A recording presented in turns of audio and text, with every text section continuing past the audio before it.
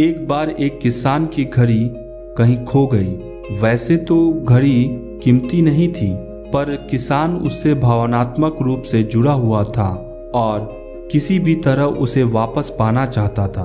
उसने खुद भी घड़ी खोजने का बहुत प्रयास किया।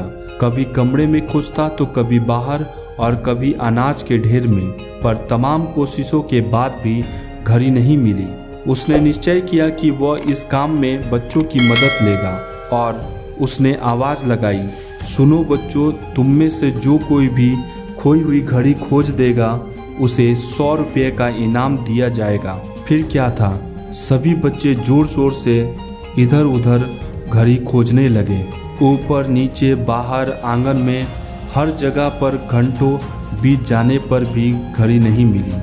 अब लगभग सभी बच्चे हार मान चुके थे और किसान को भी यही लगा कि घड़ी नहीं मिलेगी। तभी एक लड़का उसके पास आया और बोला, काका मुझे एक मौका और दीजिए, पर इस बार मैं यह काम अकेले ही करना चाहूँगा। किसान का क्या जा रहा था, उसे तो घड़ी चाहिए थी। उसने तुरंत हाँ कर दी।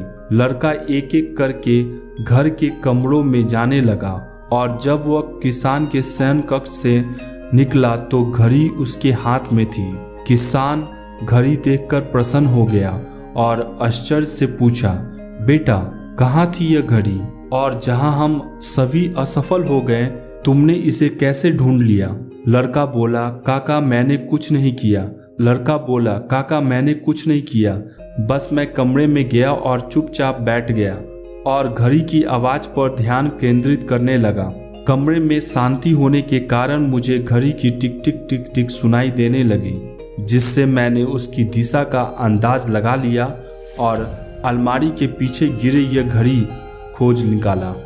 दोस्तों, जिस तरह कमरे की शांति घड़ी ढूंढने में मददगार साबित हुई, उसी प्रकार मन की शांति में लाइफ की ज़रूरी चीज़ें समझने में मददगार होती है। हर दिन हमें अपने थोड़े वक्त निकालना चाहिए जिससे हम बिल्कुल अकेले हों, जिसे हम शांति से बैठकर खुद से बात कर सकें और अपने भीतर की आवाज़ को सुन के तभी हम लाइफ को और अच्छे ढंग से जी पाएंगे। दोस्तों, अगर ये कहानी आपको अच्छी लगी तो लाइक, सब्सक्राइब और बेल आइकन जरूर दबा दीजिएगा ताकि आपको इसी तरह की मोटिवेशनल वीडियोस की अपडेट मिलती रहे। Thank you for watching this video.